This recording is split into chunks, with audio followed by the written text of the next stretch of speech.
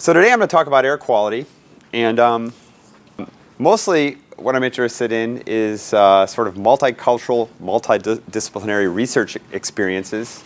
And so my research is in places that are very polluted, in faraway lands in some cases, and not so faraway lands in other cases, and I try to involve both graduate, undergraduate, high school students, and in some cases middle school students, and I know there's some high school students here today, and I'll talk a little bit about that. So my research is, this is just sort of a trip through some of the things I'm interested in. I'm not going to talk about them all today, but I spend a lot of time in places that are really polluted. This is La Paz, Bolivia. Some of my students here, La Paz is about 12,000 feet. A lot of old buses running, really terrible air pollution. Upper right corner is in Tibet. Tibet's a really clean place, but it does have some pollution. It's in the periphery of sort of not so far from India, not so far from China, and lots of pollution wafts up to Tibet. So I'm really interested in pristine areas and how pollution impacts those areas. This bottom right, this is the top of the Greenland ice sheet. It turns out the Greenland ice sheet also is impacted by pollution in the northern hemisphere, but the Greenland ice sheet also has 200,000 years of history of the atmosphere in it. So we're often interested to see how the atmosphere has changed, what has changed the atmosphere, and how we're changing it now. When you hear about the climate record over the past 200,000 years, they're almost always talking about the record that has been taken from the Greenland ice sheet. I'm going to talk a little bit about cultural heritage and the Taj Mahal and how air pollution influences cultural heritage. I'm going to be talking, this is in Agra, India, I'm going to be talking about solar energy production and air pollution, and it's not so complicated and it's really interesting. And then a lot of what I do at the very end, I'm glad I put this in because I realized high school students were going to be here. I'm going to talk about sort of a revolution that's going on where we all can make sensors to sense the environment and tell us about the quality of the environment. Oh, yeah, and as I said, one of my big efforts is in education. So we do research projects and every year. Right now we have one going on in China with undergraduate students. This was a research project that went on in Bolivia. So we take graduate, undergraduate students and local graduate and undergraduate students. We all come together and try to look into an environmental problem. In this case, it was mercury in rivers and in fish from gold mining. And it was air quality in La Paz, Bolivia. You saw a picture of that already with very poor air quality. Okay, so most of my research centers around these things right here. These are particles that are in the air. These things were sucked onto a filter. This is off of Europe. They're sucked onto a filter, and then you can take them and look at them under a scanning electron microscope. And this little bar here, and let's see. So 500 nanometers, that's 0.5 micrometers. That's the legend on the side there. And what you see is these particles are all different sizes, all different shapes. Some of these particles are made of sulfuric acid that comes from power plants. Some of them are made from these little ball spheres that are soot from vehicles. This is a chunk of fly ash right here, this round thing. And some of these things are actually sea salt. And then some of them are all agglomerated together. So they're all different sizes, all different shapes, made of all sorts of different things. And when it comes to wondering about how these things affect climate and health, these are some of the key things that we worry about and what makes the problem so complex. If I were to suck particles from this room right now, and you guys can't see this, but it's pretty interesting. I mean, so when I look right now, I see zillions of particles in the room between the beam and me. And I don't want to go into this, but it always fascinates me every time I say, you guys in the back can't see it because the particles here scatter light better forward than backward. It's an optical effect. In this room right now, there's about there's 10 to the 9th particles per cubic meter of air in this room right now. So there's 1 billion particles per cubic meter of air. If we were to suck them onto filters, they might look a little bit like this. Okay, so this is a conceptual slide. Don't worry too much about the details, but first I'm going to talk about climate, and then it's going to seg into some more interesting aspects of other things like cultural heritage, believe it or not, and solar production. So at the top of the atmosphere here, you have the sun's light shining. And this is the atmospheric box here, and you have particles in the atmosphere. I made them all look the same, but they're all different. I probably should make some white, some black, some a combination. But so as light traverses the atmosphere, some of that light gets absorbed by these particles. Some of the light gets scattered back to space. So the more and more particles you put in the air, the less energy gets to the surface. Okay? We call that radiative forcing by aerosols, or radiative forcing by particles, or it's just often we call it the climate effect of atmospheric aerosol particles. And so I spent 16 years in Atlanta This is looking in Atlanta from 285, so we're looking at downtown Atlanta. This is 1999. And on this day, you can see the haze. That haze is from these particles. We can't see the downtown area because of that haze. Light's getting scattered into our field of view from these particles. And I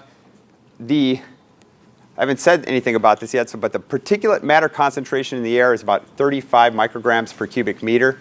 That's right at about the healthy standard threshold. If you go above that, it's unhealthy. Below that, it's kind of sort of okay. So it's moderate polluted air in a place, the southeastern U.S. So if you look, what does the air quality look like in the southeastern U.S.? Now, I plotted this a little bit differently. This is how far you can see. So as it gets redder, we can see less and less far. It's because particles are in the atmosphere. As it gets bluer, you can see farther and farther away. This map is also the map of the haziness in the United States. And if you see the United States is pretty hazy east of the Mississippi and pretty clean west of the Mississippi. And this has to do with the fact that there's lots of, the air generally blows from west to east on an annual basis across the United States. There's a lot of power plants in this region burning coal, making sulfuric acid in the atmosphere. And then there's a lot of people and a lot of sources of air pollution like vehicles. Okay? So it's really hazy in the eastern part of the U.S. And what's really interesting that I want to show you, I'm not going to go into the details of this because there's some other things I want to talk about more. But what's interesting is this is the temperature trend over the last 100 years in the United States. And I don't want to go into all the details of this, but of why this is so, but I can explain the answer because I just want to touch on this. Okay, so it doesn't look as nice as it looks on my computer screen, but as you get these cooler colors, these blue colors, that means that the temperature is cooler now than it was 100 years ago. As you get these sort of darker colors, that means the temperature is warmer. And the one thing that's really interesting, so we hear all the time that global warming is warming the temperature of the Earth. And in fact, on a global average, the Earth's temperature is increasing by about 1.5 degrees. But there are regions of the Earth that are very hazy, like the southeastern U.S., where the temperature has not changed, and in fact, the temperature is kind of cooled.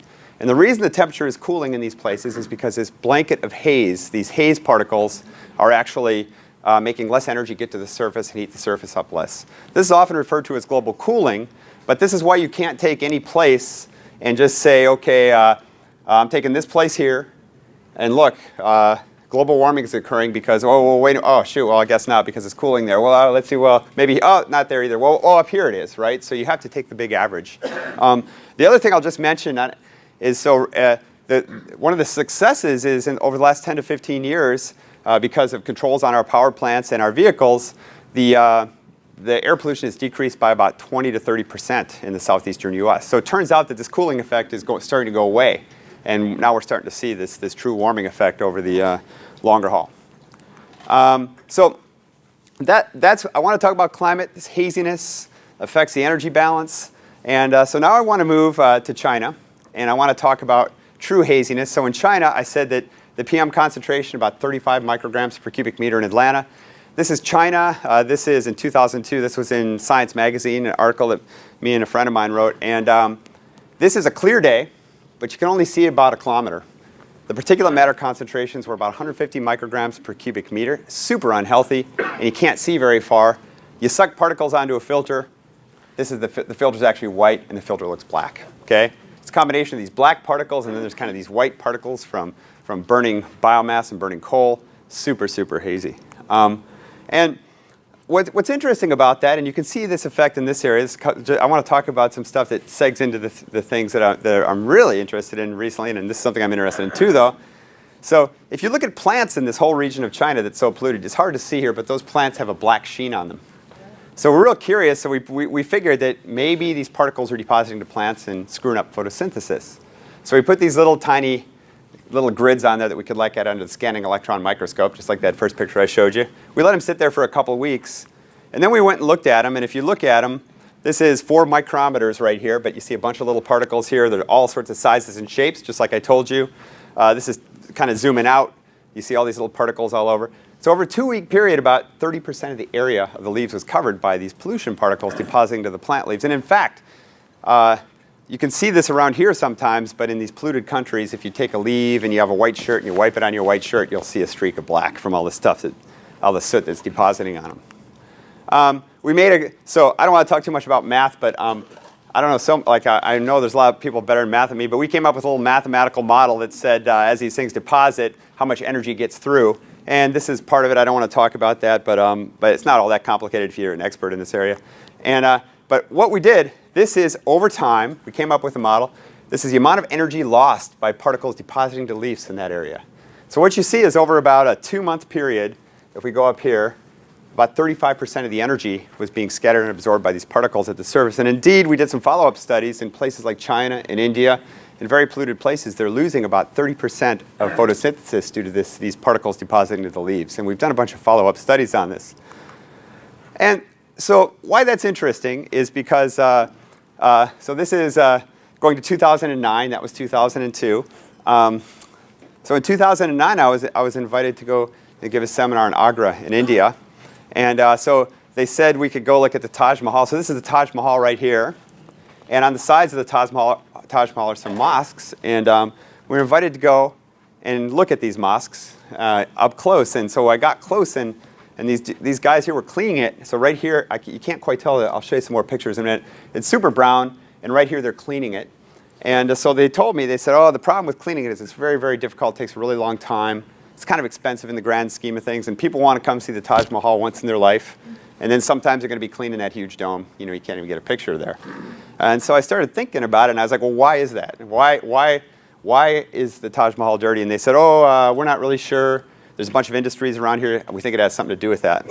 And so, so me and my Indian friends cooked up a little study.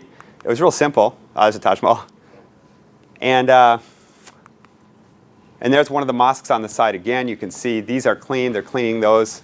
I won't, if anybody's interested, I could tell you more after about the cleaning process. It's really interesting. But and there's a zoom up. But so what we did is we took these little 1 inch by 1 inch marble pieces that were exactly the same as the Taj Mahal. We stuck them all over the Taj Mahal. You know, it wasn't rocket science. You know, and this is a picture of one of them. I zoomed in on it after it had been set out for about 2 months. And it was almost as white as this, but then after 2 months, it was really dark, right? So then we went and we zoomed in and we looked at the surface, and there's all these particles all over the surface. It's just like the leaves in China. Then we did some chemical analysis, and we found that these were dust, and they were from burning stuff. They were burning trash, refuse. They burned dung to cook. They burned wood to cook. And then a little bit also soot from vehicles. So we looked at what they were, and we figured out what they were, and we figured out the size of the particles. This is the size. Figured out what they were, figured out what their chemistry was, and I won't talk about the details of that. But then the exciting part is, so you guys can think about this. You know, I'll ask you this question because probably nobody really knew the answer, and we didn't either. But so if you take all these particles of different size and different color, and you put them on a surface of a given color, what would that color look like to your eye? Do you know what I mean? It's like if I told you guys, okay, here's 20 blue particles, 20 green particles, 10 red particles, a pink particle, different sizes and shapes, and you put them on a purple surface, right? What color is that going to be, you know? I thought that was an easy question, but it was actually really, really complicated.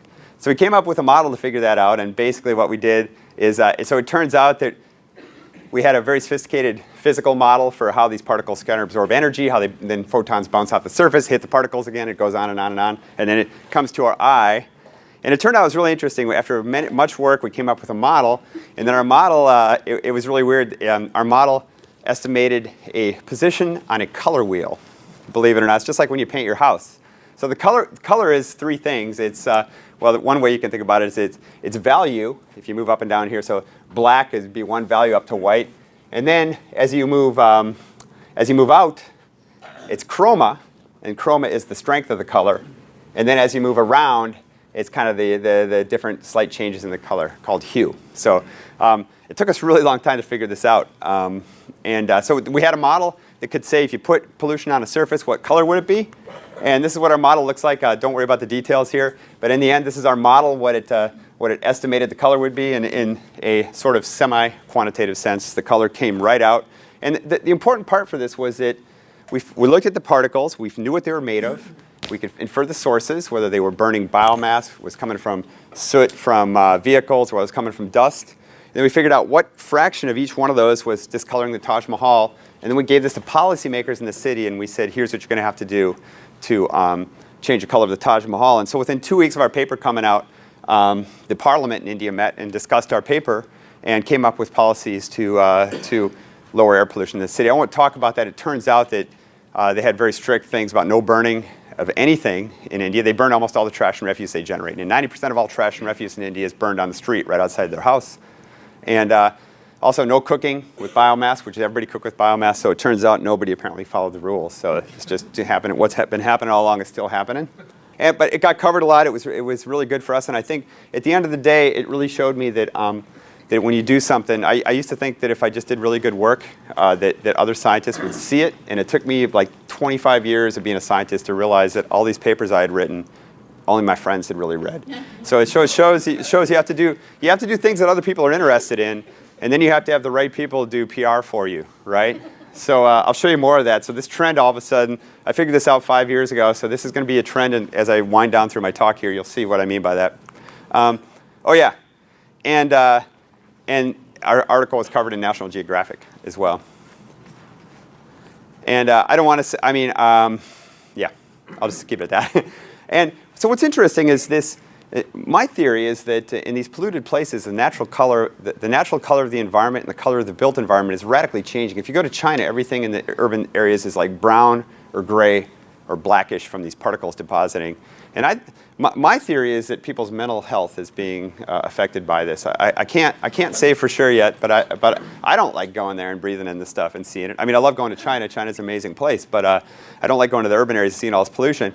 This is it, the most famous, the hardest school to get into in the whole world, Tsinghua University in China. It's an engineering school. It's the most, it's hardest school to get in the world, no matter what anybody says. And so I was walking into Tsinghua to give a lecture like this a year ago, and there's the Tsinghua University sign, and I just wiped a little piece of cloth onto right in front on the glass there, and as you can see, super dirty. Okay, and then I got invited to go to Iran. That's a long story, but this is in Isfahan, Iran, because they have bad air pollution in Tehran, and this is one of the most famous mosques in Iran. And I was looking at that, and I was like, oh my gosh, look at this. So of course I wiped the mosque. Tons of vehicle traffic outside, all over the place, lots of pollution. That's soot that deposited to that mosque that's discoloring it. And so I want to say one thing, and normally I really like to stay on time, and I hate people who don't stay on time, but I forgot my clock. So I think I'm going to do it without the clock, but I want to stay on time so we can have questions. But I want to say one thing. What's really interesting about India, I want to come back to this stuff getting onto surfaces in polluted environments. In India, this is in Bangalore, we did a study. Now in India, 90% of the trash is put out on people's, in the street in front of people's houses. About 10%, depending if you average it countrywide, is actually removed and brought somewhere. So in India, if you ever go there, you'll notice that there's trash and refuse everywhere. A lot of it is went through for anything useful, and then probably I would guess 30 to 40% of that is just there and gets burned. Okay? So as you walk around India, some people have been there, sure, you see stuff burning everywhere, and it's making really poor air quality. This is some of the stuff that was sticking to the Taj Mahal. And what's interesting about that, because I want to talk about color, I don't know if you can see this, these are filters that we collected near all this trash and refuse burning. And it's really cool because you see all sorts of different colors, right? And these colors have something to do with the chemical composition. Some of these things have organic compounds in them. Some of these things have metals. Some of these things have both, burning at all sorts of different temperatures. And I won't say, but we've tested the toxicity of these particles. So the toxicity of some of these particles is super intense. So people in India and other places where they burn trash and refuse are breathing in really toxic pollutants. We're talking about color. Oh yeah, and again, this is, so then I showed that to we wrote a paper on it, and I showed it to the people at Duke who talk about this stuff, and they wrote a nice little article, and it got picked up by the media hugely. Again, something I'd never really understood, and then I was like, wow, that really works. And a lot of people called us and talked to us about this, and it really highlighted this in India, the importance of this. And now people are talking a lot about it, and governmental people to try to figure out how to better handle solid waste. So I brought a bunch of students in India after I had this idea, and again, I think student interaction is really important. And so these are students from Duke and students from IIT Gandhinagar, a school in northwest India. And our idea was to go, and it was pretty interesting. Our idea was to go and collect trash and burn it optimally to see if you burn trash optimally, not only if you can harvest energy from it, but if you can lower the air pollution. So these guys, so this is a typical scene in India, and I know I'm probably some Indian people, you can tell me if I'm right or wrong, but wherever we go in India, usually in any urban area, there's areas that are kind of open. And those open areas are typically where people put all their trash and refuse. And then some of it might get taken away, some of it gets recycled, a lot of it gets burned.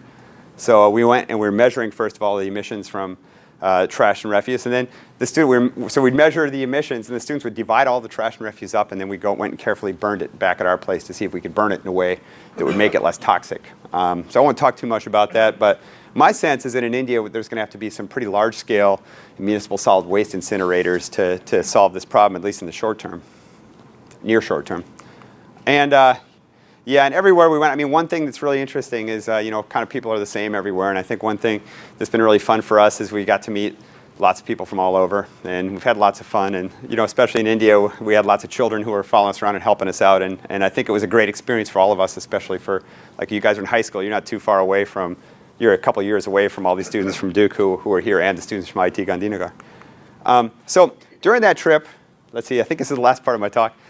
Although there's a lot more I'd like to talk about, the second to last part, but I'm just going to talk about a few things. So during that trip, some of my friends from IT Gandhinagar said, hey, we're really proud of this. We have a solar array on the top of our new building. As it wasn't a new building, but on top of one of our buildings. And it's generating electricity. Would you like to come up and see it? And I was like, man, I've seen like solar panels before. I don't know if I really want to go see it. And they're like, come on, let's go. You got to come check it out. So I went up and checked it out. And this goes for almost everywhere now. I've seen a lot of this, especially in places where it's polluted. So I said, man, it looks like those things are kind of dirty. And they were like, I don't know, man. They don't look dirty to me. And so like this is right, like 2 minutes earlier, I just wiped my hand on it, and they're like, oh yeah, I guess they are dirty. And I scrawled something in there about some of the funding agencies who were helping us. And I said, man, that is something. I said, when do you clean them? And they said, well, we clean them about once a month. So I was like, wow, that's really amazing. I wonder how much electricity you lost and what this stuff is. And they're like, I don't know. So we forged a little project going on there. So these are like those same panels. And so you can see this. So these are the panels. These are the clean panels. And we put dates on there. But what was really interesting is, so this is the electricity generation from this block of solar panels. And so here it is. It's down here. Then we clean them, and it jumps up by about a factor of 2. And then these bars are roughly plus minus a month or so. And then it goes down again. We clean them, it kind of goes up. Then it goes down again, and we clean them, and it goes up. So over a month, they're losing 50% of their solar power because of stuff that's depositing to those panels, right? And so I thought to myself at that time, I said, well, there has to be a ton of people who've done research on this, right? This is so simple. And it turns out there hadn't been any research on this at all. And I couldn't believe it. Okay, so the thing that's also interesting that I knew is to get to these panels, pollution has to go through the atmosphere to deposit to them. And if it's in the atmosphere, it's also removing energy. So there's two things going on. All this pollution is removing the sun's energy as it gets to the panels. This is this aerosol radiative forcing thing I told you about right from the very beginning. And then stuff is depositing on the panels. There's two things. So you could clean these things all the time, but you still got the stuff in the air. And so we were really curious what that effect was, those two competing effects. And so this didn't come out so great, but so we used this sophisticated model. And long story short, we calculated these things. But what I want to show you is, this one looks really weird on the bottom right. But what I want to show you is we'll look at two of them. This is the annual decrease in solar energy production by pollution. So if you look at this, you look over, I was in India, it's red. So this said that annually, what's in the air on annual average removes about 20% of the solar energy. So 20% reduction just from pollution. And then you go down here, and this is all the particles depositing. And you look at particles depositing, that's where I was in India, about 20% from particles depositing. So long story short, this is adding them together. And you go over to somewhere like India, and you lose about 30 to 40% of your solar energy per year because of what's in the air and what deposits. And then you go to somewhere like China. You go over to China. Let's make sure that's China. Yep. Go over to China. You see the same thing in eastern China. And globally, all over the place, you see these spots where there's pollution and dust, and they're having huge impacts on solar energy production. So let's see. This was on the cover of one of our major. It was last May or last July. It was on the cover of one of the most excellent environmental engineering journals. And one thing is, and so I would like to say one thing about this. I don't know if you guys can see it. The resolution is so high, but this is kind of a fake image. So what we did is, this is the solar panel array. If you look, there's a power plant in the background. And then there's like pollution, but it's like fake pollution because we photoshopped that in there. And there's like the cool sun up there, but it's like an artsy sun, So one of my students is actually an artist, and she made this really awesome image. And I really like it because it's like a combination of a real image and subtleties that I really like. I forgot the slide that shows the PR, but this got huge press. The article was downloaded 10,000 times in the first 6 months it was out, and a lot of people have contacted us in industry and also governmental organizations. And so, in other words, I didn't show up, but we did a bunch of PR on this, and it really hit the media huge. But what's even more interesting, and this is true, I believe this, is the cost of this. So in China, if we look at the cost of about 30% reduction across the board in China of energy from particles in the air and depositing, it ends up, China, well, the funny thing is I chose this number 6 months ago. Now it's about 15 gigawatts. There's an exponential rise in solar energy production in China, but it comes out to about $10 billion US dollars a year that's being lost in China right now. In India, it's about $1 billion per year. And in the US, it's hard to predict, but it's probably on the order of tens of millions of dollars in the US, mostly out west where it's very dusty. So this is a huge effect. Yep. And okay. So lastly, I put this in lastly because I realized that there were going to be high school students here, and I want to talk about something I'm really excited about. Let's see. So, okay. So global health. This is amazing. This is the Lancet, which is a well-established medical journal. So here's what this says. So they estimated the global burden of disease, what is killing people globally, and this is really surprising. But diseases caused by pollution, they see 9 million premature deaths, 16% of all deaths worldwide. These guys say 16% of all deaths, premature deaths worldwide, were caused by air pollution. Okay, and these numbers have been building for years, so this isn't just these numbers have been calculated a lot, and 3 times more than the deaths from AIDS, tuberculosis, and malaria combined. Okay, so it turns out. So if you asked yourself, how could I have an impact on human health worldwide, you'd think that air pollution might be one of the most important things, okay? And the other thing I just want to say, and so this is the global estimated deaths, and this is a bunch of different estimates. This is from air pollution, so it's about 6 million annually. And here's water pollution, which is about a third of it. So the interesting thing is people think, and I thought this too, people think that, I hear this all the time, and I'll just say because I think this is important too, but I hear undergraduate students all the time, what do you want to do? I want to bring water to the developing world. It's killing people. It's the worst thing ever. I want to get clean water to people because that's one of the most important things to affect people's health. Now, it is important, but if you believe these, air pollution is way more important, okay? Well, way more important, even within air bars. So I guess I say I'm an air pollution scientist, but in reality, I think the combination of poor air and poor water, because where there's poor air, there's often poor water, the combination of those things is probably really deadly, and I think that's what we really have to study. So, few last slides. So one of the things we've been trying to do is develop really low-cost methods to measure air quality, especially in places where people don't have monitors. Now, you think about it, we don't have monitors around here, right? There's a couple, not many. There's one that's out on the way to the airport. But even if I asked you, what is the air pollution in your neighborhood? What's the air pollution at your school? You wouldn't know. You'd have no idea. You could say, well, 20 miles away by the EPA, I know what the levels are. But I have no idea what they are by my house or where I live, okay? So we've been trying to make low-cost sensors that we can give to everybody. Low cost, I mean hundreds of dollars, and things that are relatively low-tech, meaning that anybody could kind of make them. I'll show you in a minute. And the bottom line is, like, I don't know if you guys seen this, but as you go out to the airport, on the left, there's something that looks kind of like this. Have you guys seen that?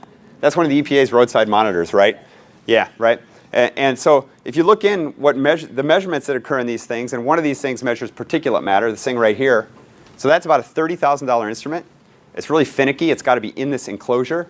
There's a special inlet, and it takes like a real expert to keep their eye on it. So it probably costs a couple $100,000 a year just to make measurements of particulate matter at this site. So it's very expensive, and that's why we don't have these measurements in our neighborhood or in my house or where everybody lives here. Certainly not in developing countries. So where those measurements were made, where they think people are dying a lot, 6 million people a year, probably 5.5 of those are from developing countries. They have almost no measurements.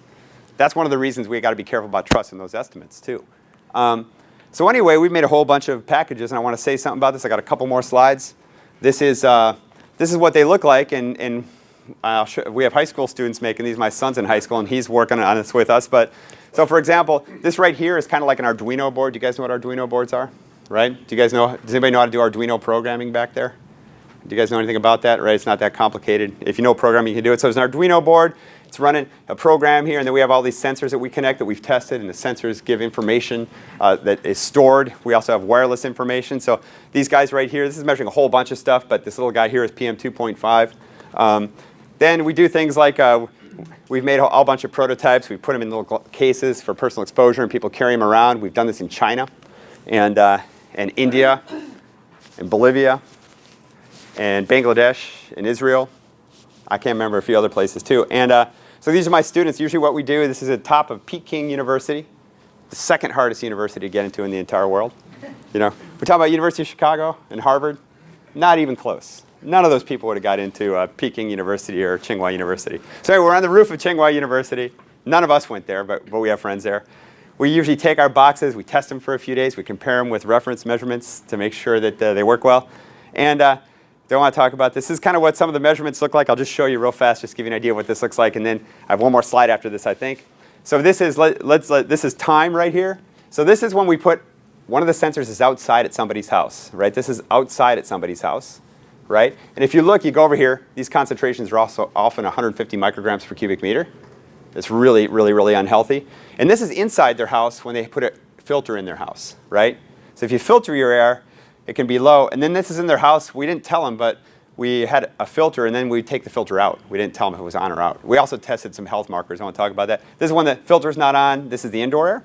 And this is really cool. This is for a few days. Everybody wear a personal exposure monitor everywhere they went. And what's interesting is you can see when they're inside, it goes low. Then they go outside, and sometimes it's even higher than their house because they're by the streets, and then sometimes it's down. The other point of this is if you really want to understand what you're exposed to, you really got to follow yourself. You can't use indoor or outdoor air. So here, I might ask you, what are you exposed to? What air quality are you exposed to? You would probably take that EPA monitor. It would say the mean month concentration was 7 micrograms per cubic meter. But if you get in your car, that concentration is triple. If you cook in your house, that concentration could be 5 times that. If you're in your backyard and you're making a fire, your concentration could be 10 times that. So it's really hard to know what your true exposure is if you don't follow yourself. And lastly, so one of the things we've been doing, and one thing we've been doing has been trying to give these and work with local schools. These are, let's see if I can get this right. Bergin and Culbreth are middle schools, right? Do you guys know that? That is DSA. What would that be? Duke School Arts, right? And Duke School, I know that one. Let's see. My son's in that one, yeah. And then North Carolina School Math, Science, and Math, right? Okay, I mean, I kind of knew where they were, but so we have these indoors and outdoors, and the cool thing is you can go and you can give these to students. You can put them together. You can program them yourself, and then you can do whatever you want with the data. So if you look here, what's kind of interesting. So this is outdoor concentration and indoor concentration. Usually it's just one classroom. So you see, across the board, the indoor concentrations are lower. And mostly that's because air's got to sneak in through the cracks and the particles deposit out. But then you also see what's kind of interesting is, so I'm trying to think if this is true. So I think the school of Science and Math is probably the most urban one, right? So the World Health Organization suggests that 10 micrograms in cubic meter and above is unhealthy, okay? So when you're inside your school, you're always easily in the healthy zone, even with the air bar. The outdoor concentrations are often in the unhealthy range, right? And then the urban one has the most unhealthy concentrations overall. So I think what our vision is to keep working with schools. We also have water quality monitors that we want to put on. We'd like to work with schools to better understand their environmental exposures. And I think it's my last slide. I don't want to talk about that. So that's my last slide. I think I might have went over, but and then hopefully there's time for questions.